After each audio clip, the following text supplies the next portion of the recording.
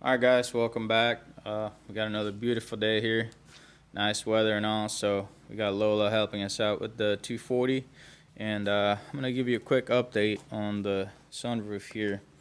Now, if you remember from last video, was pulling out the seal here on the sunroof, and the trim, the fiberglass trim came off with it. So I ended up cleaning it up, sanded it down, and I applied some epoxy over the top. I think I did 2 layers on it. And let me see where it is. Here it is. Got some of this here epoxy from I think I got it from Home Depot, and it comes with a little stick so you can apply it, and it's a 2-part thing that you just got to mix it.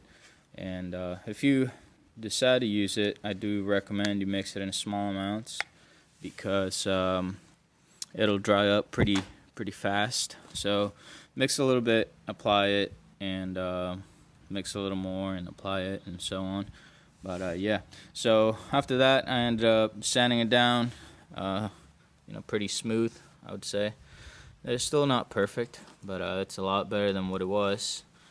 Where's that paint I used? I ended up just painting it with some spray flat black here, out of a spray can, but I think it came out pretty nice. I ended up spraying some clear coat over that, and I also put it on the sunroof. So to put it on, all you need is some RTV, and you're just gonna have to let it dry up before you start messing with it again. So it's been a couple days since I sealed it on, and today I'm going to be putting the seal in here. It looks like it's a pretty tight gap, so that might be a bit of a challenge, but we're going to give her a go. Where'd that seal go? I think I got it over here. So I think what I'm going to do is, I picked up a little, it's some more RTV really, but it's supposed to be for weather strip. So I'm gonna do a small bead in the gap here, so when I put that seal in there, it's gonna be nice and tight, and hopefully it won't come out. But yeah, so that's what I'm gonna be doing. And the seal, where's the seal? Here it is. So the seal is going to have a bottom side and a top side. So in order for you to tell the bottom from the top, you'll see this, the seal has a small flap on one side of it. That's going to be the bottom. And the top side doesn't have anything. It's nice and round, smooth. And also the bottom side will have a here it is, a little drain hole right there. So you want that facing down when you put it on, like so.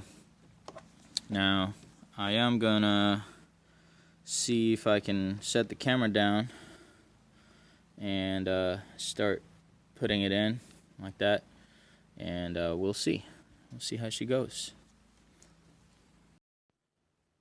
Alright guys, so I've already started here with the seal.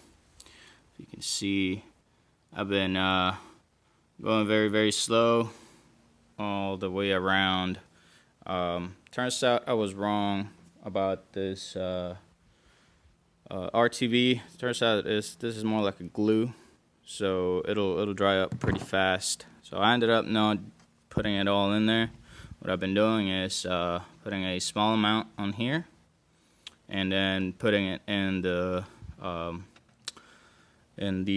gap there. So now this is pretty tough actually. What I've been doing now, I've been pretty gentle. So you're gonna need both hands. Now what I've been doing is pulling the seal up like so, and then you bring the I guess the middle section there with the 2 grooves. So you bring that over it'll be facing up really, like so. And then what you want to do is you take a flathead and shove it in there. So let me see if I can figure out how to do it with let's see if I can set the camera down right there. Okay, now we're gonna do that. Now you come over, put some glue on there. Let's see here, apply that there glue, just a little. Boom. Put the cap on it before it dries up, and come over, bring it up, push it in. Over, bring it up, push it in. Over, push in. And you're gonna have to be really patient with this because it's gonna take a little bit. Now you don't want to be really rough with the flathead because you know, this is rubber. So once you're done pushing it in, come back on the back side, push a little. You'll feel it when it's in there. But yeah, so yeah, I'm gonna have to do all the way around it, and it's gonna take a little bit, but it can be done. All right, guys. Well, you may or may not need the flathead for this. In some areas, you might be able to just put it in the groove there. So got the glue on there. You still want to keep the middle section facing up, and just push it in from the back and just work it all the way forward, and it seems to be working. So if you don't feel too comfortable with the flathead, you can also do this. I seem to find both ways useful. You know, in some areas you're gonna need the flathead, like here.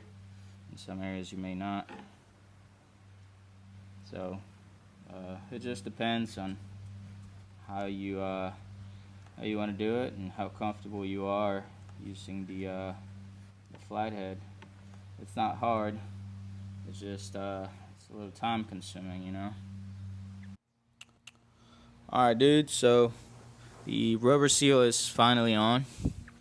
You can see it's nice and tight in there, and I'm actually pretty happy on how it came out. Now, you don't have to use the glue. Now, I just used it because I don't want to have to do this again anytime soon. And yeah, so before you cut this, you gotta find a good spot for the cut. If you remember, this is one long piece. Let me see where that little section I cut off. Here it is. Yeah. So I cut off maybe what, 3-4 inches off of the seal there. So I decided to cut it on the side because if water does somehow get past it, it'll go into the drain channel there, and it'll eventually make its way out through the drain hoses. So that's why I put it on the side. So the connection there will be on the passenger side for mine. So that's one thing to keep in mind. Another thing, before you put the sunroof back on, be sure to check the bottom side here. Make sure it's all nice and tight, nothing is popping out and all that, because you don't want to have to take the sunroof back out to redo the seal. So another thing I did before we put it on was cleaned up the drain channels here on both sides. You know, make sure your tubes here are not clogged up or anything. And also the tracks for the sunroof here, I lubed them up, put some grease in there, and I probably put some more, but for now, you know, that can be done when the sunroof is on.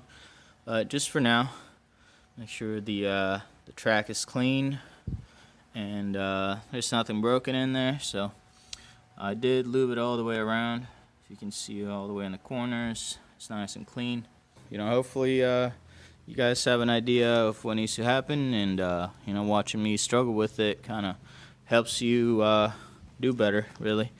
Now the next thing we got to do is put the sunroof in the car, and I think last time I did clean up the area where the sunroof goes. So up here I ended up cleaning it, and I also sprayed some clear coat. You can see in this little corner. I just didn't want to mask off a round area, so that's why it's a little sharp square there, whatever.